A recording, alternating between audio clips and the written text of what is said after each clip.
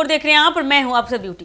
देखिए, बिहार विधानसभा चुनाव अपने चरम पर है और सियासत का तापमान देखा जाए तो उसी रफ्तार से बढ़ रही है जिधर जिधर चुनाव बढ़ रही है। हर पार्टी, हर नेता वोटरों को प्रभावित करने के लिए पूरे दमखम के साथ मैदान में उतर चुका है। इसी बीच आरजेडी सुप्रीमो लालू प्रसाद यादव की बेटी रोहिणी आचार्य ने एक ऐसा बयान दिया है जिसने चुनावी माहौल को और अधिक गर्म कर दिया। रोहिणी ने बेहद आत्मविश्वास के साथ कहा है कि 14 नवंबर को महागठबंधन की जीत तय है और 18 नवंबर को तेजस्वी यादव मुख्यमंत्री पद की शपथ लेने वाले हैं। उनका दावा है कि बिहार के लोग बदलाव के मूड में हैं और इस बार वोट बैंक सिर्फ विकास, रोजगार और सुशासन के नाम पर पड़ेगा। रोहिणी आचार्य ने अपने बयान में कहा है कि महागठबंधन की जीत सिर्फ संभावना नहीं बल्कि जनता की स्पष्ट इच्छा है। उन्होंने कहा कि इस बार का चुनाव सिर्फ सत्ता परिवर्तन नहीं बल्कि बिहार के भविष्य का फैसला है। उनके मुताबिक पिछले वर्षों में बिहार में बेरोजगारी, पलायन और अपराध का ग्राफ लगातार चिंता का विषय रहा है। लोग अब ऐसे नेतृत्व की तलाश में हैं जो इन मुद्दों पर ठोस काम कर सके। रोहिणी ने दावा किया कि तेजस्वी यादव वह चेहरा है जिन पर युवा व वर्गीय दोनों तरह के वोटरों का भरोसा बढ़ रहा है।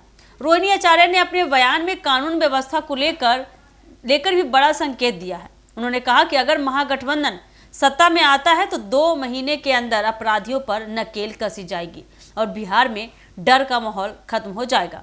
उनका कहना था कि अपराध और भ्रष्टाचार की घटनाओं ने बिहार की छवि को धूमिल किया है, इसलिए नई सरकार की पहली प्राथमिकता अपराधियों को जेल भेजना और कानून व्यवस्था को पटरी पर लाना होगा। साथ ही उन्होंने यह भी कहा कि तेजस्वी यादव की अगुवाई में महागठबंधन एक मजबूत शासन मॉडल पेश करेगा जिसमें शिक्षा, स्वास्थ्य और रोजगार पर विशेष ध्यान दिया जाएगा।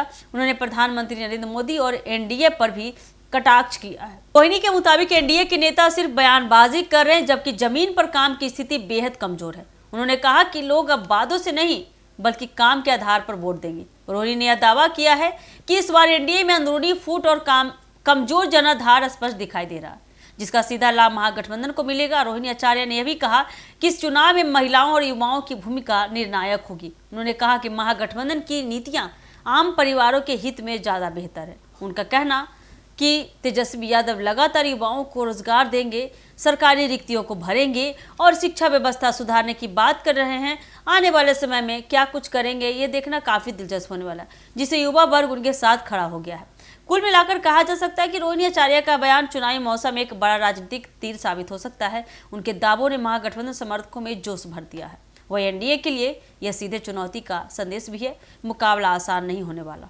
बिहार की जनता किसे चुनेगी इसका फैसला 14 नवंबर को होगा, लेकिन रोहिणी आचार्य ने अपने शब्दों से चुनावी समर को और तेज कर दिया है और देखना काफ़ी दिलचस्प होने वाला है कि रोहिणी आचार्य का इतना बड़ा बयान कि 18 नवंबर 14 नवंबर को सारा फैसला सामने आ जाएगा, महागठबंधन की जीत होगी। ये राजनीति में कौन सा रंग लाता है, कौन सा मोड़ लाता है और किस तरह से राजनीति में इसका पहलू निकल कर आता है, तो देखने के लिए आप बने रहिए हमारे एक न्यूज़ 24 के साथ। दीजिएगा इजाज़त। धन्यवाद।